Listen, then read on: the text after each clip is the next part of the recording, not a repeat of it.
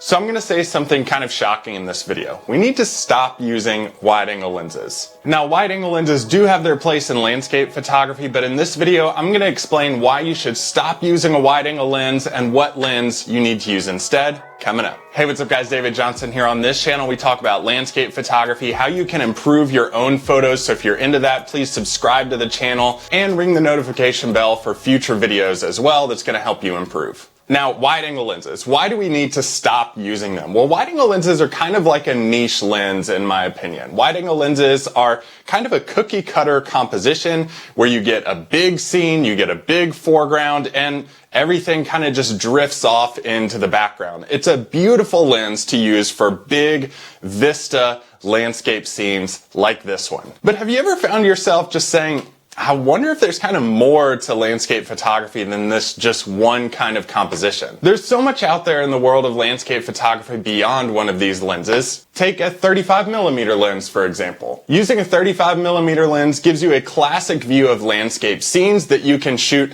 like this one that looks similar to a wide-angle lens, but actually makes the background look as it does to your eye, whereas a wide-angle lens makes those objects look much smaller. Now, a 35mm lens is also great for small scenes because you can get really, really close to them and you don't have any distortion on the corners of the 35mm lens because it's not in the wide-angle or ultra-wide-angle lens category that has a tendency to distort corners and edges of your scene to make your foregrounds and your skies look way massive. Now, what else can you use in landscape photography? Take a 70-200 for example.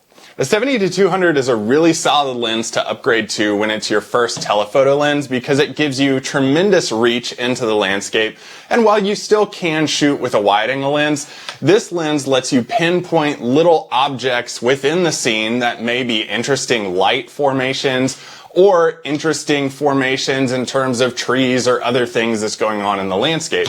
I always tell people the wide-angle lens is for the big shot, the telephoto lens is for the little scenes within the big shot that make it so beautiful. My favorite thing to do is use both at the same time and photograph a sunset with a wide angle and use something like this for the little scenes within the scene. Now maybe you want even more reach beyond a 70-200. That's when you get something like this. This is a Tamron 150-500. This is a new lens to my lineup, but I've really been liking this lens a lot because of the reach that it gives me. I can't tell you how many times that I've been out in the field photographing and I just thought, I wish I had more. And while that is kind of a selfish thought, it's a realistic thought that all photographers have. This lens just gives you way more reach than the 70-200 and you'll honestly thank yourself later even though it does cost a pretty penny. So there are tons of lenses that you can use in landscape photography beyond a wide-angle lens. Yes, the wide-angle lens has its place, but you'll honestly get tired of using it as the years goes on. And these are great ones to upgrade to. Now, do I still use my wide-angle lens? From time to time, but not all the time I go out and shoot. My objective is to find what makes me say wow in the landscape. And sometimes that's not a wide-angle lens shot. And typically, now that I've gotten pretty long in the tooth in my photography career, I don't use the wide-angle lens very much at all. I rarely take it out of the bag. I often find myself reaching for the 35mm or the 150-500 now because of my changes in landscape photography and getting tired of using the wide-angle lens. So am I telling you to throw the wide-angle lens in the trash?